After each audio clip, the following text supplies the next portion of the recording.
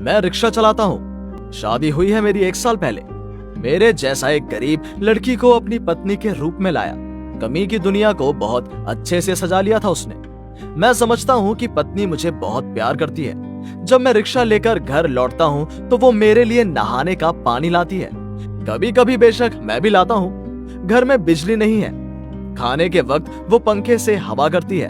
एक गर्म भरी रात में हम दोनों बारी बारी से पंखे से हवा करते हैं और भविष्य के बारे में बात करते हैं। मैं बात करते करते कब सो जाता था मुझे समझ नहीं आता था। रिक्शे में बड़े लोग वो अपनी पत्नी को साथ ले जाते थे। वो कई किस्से सुनाया करते थे।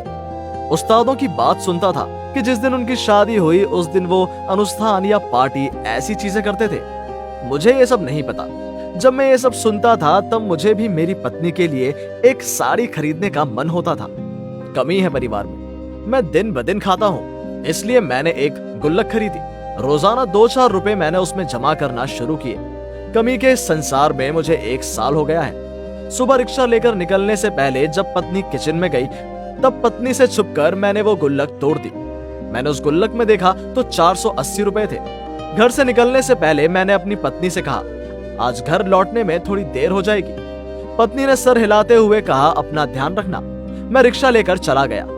दिन भर रिक्शा चलाकर मैं शाम को 7 बजे बाजार गया, ये सोचकर कि अपनी पत्नी के लिए साड़ी खरीदूंगा।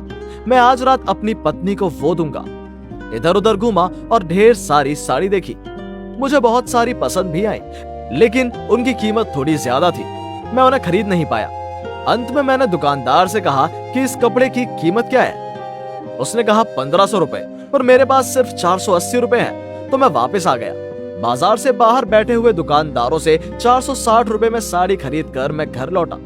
कभी कभी सोचता हूँ ये दुकानें ना होती तो हमारी तरह गरीबों को कितनी परेशानी होती।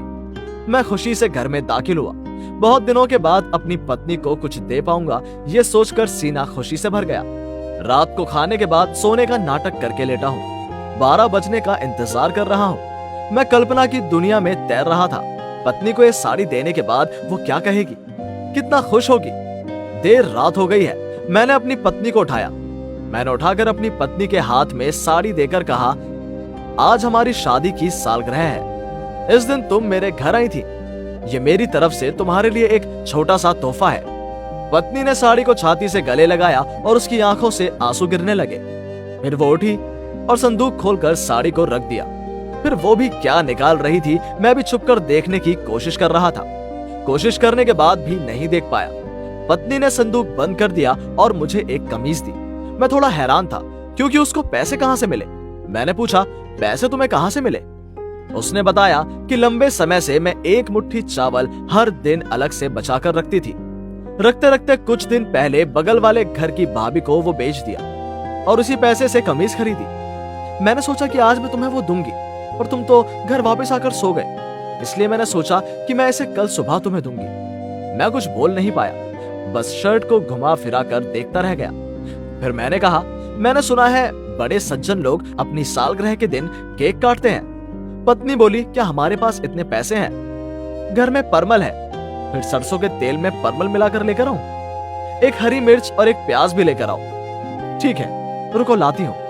टीन के डिब्बे और खिड़कियों से चांदनी आ रही है। हम दोनों खिड़की के पास बैठे परमल खा रहे हैं। हम लोग अपनी शादी की पहली सालगिरह मना रहे हैं। सब नहीं मिला, पर जो भी मिला वो भी कितने लोगों को मिलता है। जिनके पास ऐसे विचार हैं, वो दुख की दुनिया में वास्तव में खुश हैं। अत्यधिक उम्मीद लोगों को खुशी नहीं देती।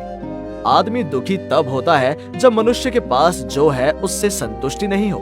वो अधिक चाहता है और बहुत अधिक चाहता है। उसे कितना चाहिए, उसके चाहने का क्या कोई अंत है? शायद उसे पता भी नहीं। सोच के बदलाव के बिना जीवन में खुश रहना संभव नहीं है।